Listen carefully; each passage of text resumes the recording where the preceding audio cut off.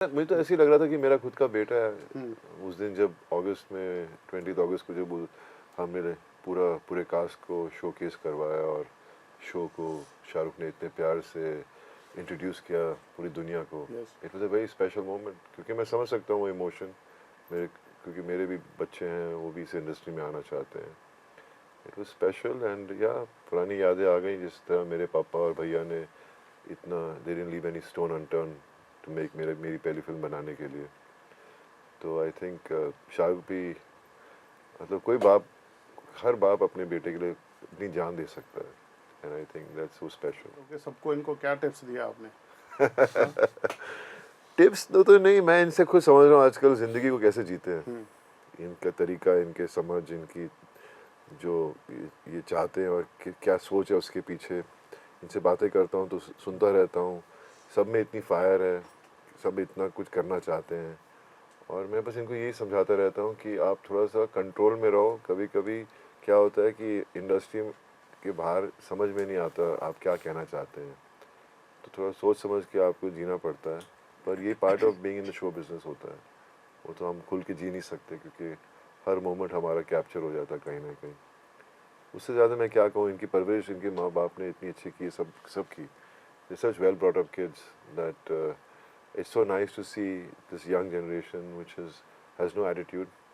They're very down to earth and सब चाहते हैं कि बस दिल से काम करें, और जितनी मेहनत डाल सकें काम में उतनी डालते हैं ये।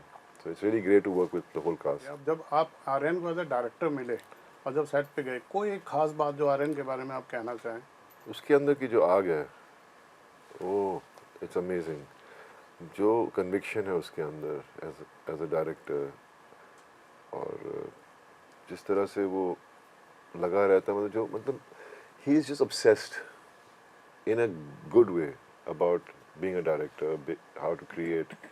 और इतना एक्सपीरियंस फर्स्ट टाइम किसी डायरेक्टर में मैंने देखा नहीं है कि इतना मैच्योर है वो, और कैसे उसने सब कैरेक्टर्स को हैंडल किया है, पूरी शो को बनाया है। I mean hats off to him, he is just incredible. There शब्द नहीं है कि किस तरह मैं एक्सप्लेन करूं कि कितना अच्छा है वो, और एज ए इंसान कितना अच्छा है वो। पहली बात तो वो है, उनकी मतलब इतने प्यार से उनको बड़ा किया, लेकिन इतने वेल बिहेव्ड हैं बच्चे, और ही सो टैलेंटेड। मैं ज़्यादा बोलूँगा तो मुझे अभी इतना तारीफ़ कर रहा हूँ उसकी, मेरे को लगता है नज़र ना लग जाए। बस बहुत बोल लिया मैं, बस फिंगर्स क्रॉस आप सबको ये शो पसंद आए। 18 सितंबर को आ रहा है नेटफ्लिक्स पर। जब ये सीरीज आपको ऑफर हुई तो आपका पहला रिएक्शन क्या था? जब हम किल की शूटिंग ही कर रहे थे, मैं और राघव, जब इसका ऑडिशन हमारे पास आया था, तो जब मैंने सीन पढ़ा, जो आपने ट्रेलर के अंदर देखा भी है, जो मैं कहता हूँ कि सितारे तो बहुत है लेकिन आसमान सिर्फ एक, वो सीन मुझे ऑडिशन के लिए आया था। ओके। और जब मैंने वो सीन पढ़ा तो एक ताल्लुकात मुझे का एहसास हुआ। मुझे एक ऐसा लगा कि यार ये तो शायद मैं ही हूँ, मैं ही ऐसे बात कर रहा हूँ, मैं ही ये जज्बा लेके जब मुंबई शहर में आया था तो यही सेम जज्बा था मेरे अंदर, सेम आग थी। तो सडनली ये कनेक्शन फील हुआ, पहले तो मटेरियल के साथ, फिर बाद में मुझे आई थिंक बताया गया था कि ये आर्यन का डेब्यू होने वाला है, ये शाहरुख सर भी इन्वॉल्व हैं, तो बहुत ही अलग लेवल की एक्साइटमेंट थी।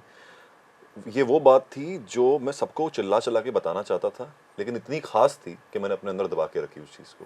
मैंने कभी कभार आपको लगता है नज़र ना लग जाए, कि नज़र लग जाएगी तो शिट ऐसा ना हो कि निकल ना जाए आपके हाथ से। तो मैंने कहा यार ये बहुत बड़ी बात है, लेकिन बहुत सब चिल्लाने का मन कर रहा है कि सबको बताऊं कैसा कुछ हो रहा है, लेकिन इसको जब तक मटेरियलाइज ना हो जाए, जब तक कि कॉल ना आ जाए, जब तक वो दस्तखत ना हो जाए कॉन्ट्रैक्ट पे, तब तक इसको अंदर ही रखते हैं अपने। तो बहुत ख़ास पल था वो मेरे लिए। और उसके साथ काम करना मुझे इसलिए भी बहुत अच्छा लगा बिकॉज एक नया टेक था उसका फिल्म मेकिंग के ऊपर, एक नया स्टाइल था उसका।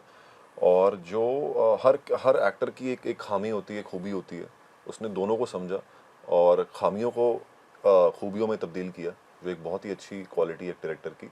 और जैसे सर ने बोला कि जो उसकी परवरिश है, जो उसकी पैदाइश है, वो इतनी उम्दा है कि ऐसा लगता नहीं था कि वो इतने बड़े स्टार के सुपुत्र हैं।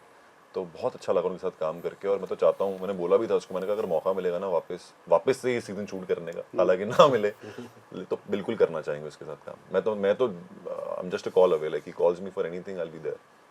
जो आसमान सिंह एटीट्यूड कैरी कर रहा है पूरे सीरीज में, जो ट्रेलर वगैरह में देखने को मिल रहा है, वो बहुत हद तक शाहरुख खान से भी मैच जी करता है, जी जी। सुपरस्टार का एटीट्यूड। क्या कुछ उनके साथ कुछ सीखने को मौका मिला, या ऐसे कोई रेफरेंस आपने लिया, या आपने आर्यन को फॉलो किया? बिल्कुल, जब मैंने वो पढ़ा था ऑडिशन का सीन, तो एक अपना तो एक लाना ही था मुझे कि अपना भी एक थोड़ा सा लाऊं। बहुत सारे इंटरव्यूज में सर के पहले भी देखता ही था, सर के जब वो बोलते थे कि I am here to rule, I am not here to compete. तो जो एटीट्यूड सर का है, ग्रेगरियस था एकदम, निडर जो एटीट्यूड सर का था, वो मैं बहुत नोटिस किया। प्लस जो एक आर्यन का डायरेक्शन जो उसके ऊपर आया कि थोड़ा बॉयिश रखते हैं, थोड़ा ये रखते हैं, तो सबका ही मिश्रण था और वो एक आसमान बन गया फिर बाद में।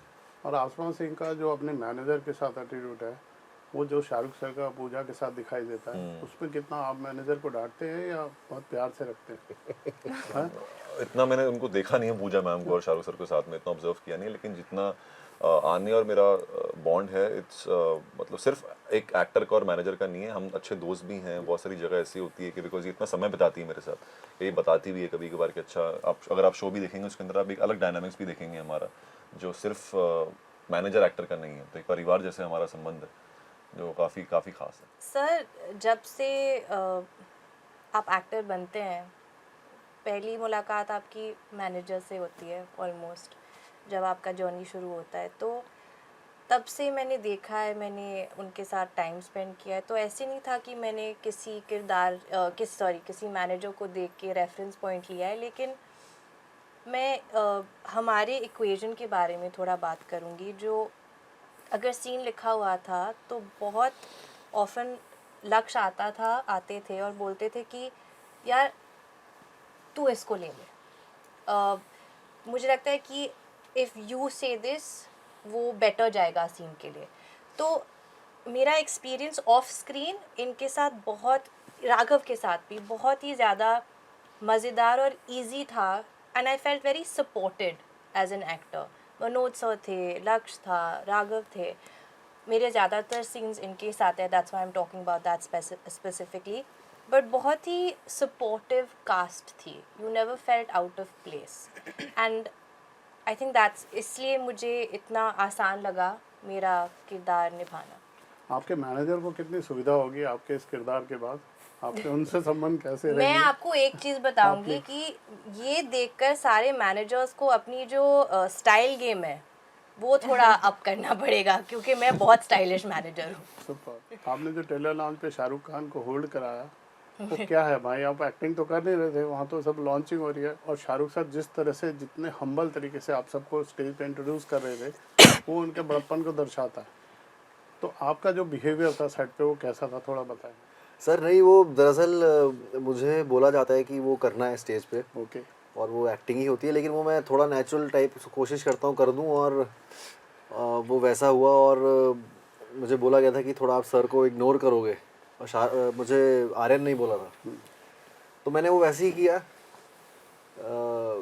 मुझे इस चीज़ का मुगालता था बहुत कि भाई मुझे वो बुरा मान जाएंगे, तो मैंने कहा ये बोलते बोलते आर्यन ने, मेरे डायरेक्टर ने तो बोला ये करना है, लेकिन मैं इसके बीच में जो जो मेरी क्रिया है, जो सर के साथ मैं करता हूँ, जो पैर छूता हूँ उनके हमेशा जब मिलता हूँ, सभी के छूता हूँ मैं, जो मेरे सीनियर्स हैं, तो मैंने वो करते करते वो कर दिया, और वो बहुत मज़ा आया उसमें, बहुत मस्ती थी उसमें। एक मेरी ये थोड़ा शैतान भी हूँ मैं सर के लिए, तो वो भी उन्होंने दिखाया। बीच में हम इधर उधर चले भी गए थे थोड़ा, मगर सर के साथ हमेशा मेरा बहुत ही मज़ेदार एक्सपीरियंस रहता है सालों से, जब भी मैं उनके, बिकॉज मेरे लिए बहुत बड़ी इंस्पिरेशन है वो, as an actor, as an artist, और एज अ ह्यूमन बीइंग भी, कि तुम कैसे अगर देख पाओ सपने और वो अचीव हो जाए, बिल्कुल हो सकता है। क्या लग रहा है भाई, आप सेट हो गए?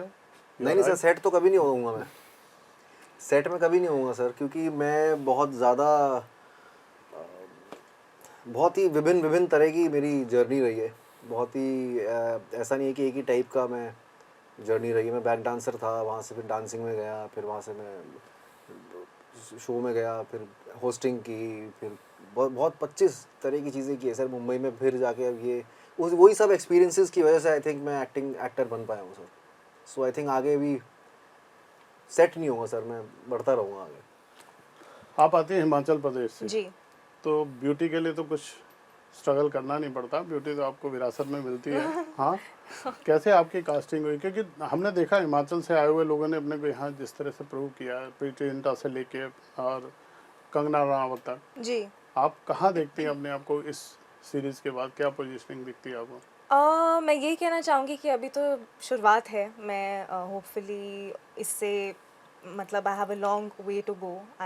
और बहुत अच्छा काम करना चाहूँगी मैं, और हाँ, मैं यही कहना चाहूँगी जिनका आपने नाम लिया, कंगना जी, प्रीति जिंटा, ये बचपन से ही मैं इनसे काफ़ी इंस्पायर होती थी एंड मैं बहुत प्राउड फील करती हूँ दैट मैं हिमाचल से हूँ and I can represent Himachal today. बहुत मस्तीखोर है, जैसे मैं और लक्ष्य दोनों ऐसे हैं, तो हम लोग बहुत मस्ती करते थे, तो ऐसा बुली नहीं करते थे, लेकिन हाँ ये है कि बहुत मस्तीखोर हैं, कुछ प्रैंक कर लिया, ये कर लिया, तो वो दोनों की आदत है, क्योंकि 1-1.5 साल आप शूट कर रहे हो किसी शूट में, तो क्वेश्चन वापस आपसे पूछता हूँ जी। दूसरा, इस सेट की सबसे यादगार चीज़ क्या है जो आपके साथ रहेगी हमेशा?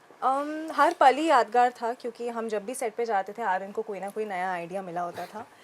लेकिन जैसा आपने टीज़र में देखा एक कैमियो सलमान जी का, बिकॉज ऑब्वियसली वो आ चुका है तो मैं बात कर सकती हूँ, वो सबसे ज़्यादा मेमोरेबल था क्योंकि हम शूट कर रहे थे और मुझे पता नहीं था कि उनका कैमियो कभी था नहीं ऑन पेपर एंड सडनली मैं उनको देख रही हूँ, वो चल के आ रहे हैं और एक सीन था उनके साथ, तो वो सबसे यादगार था मेरे लिए। तो 18 सितंबर को हमारा शो आ रहा है only on Netflix, Bads of Bollywood. Bads of Bollywood। बिल्कुल।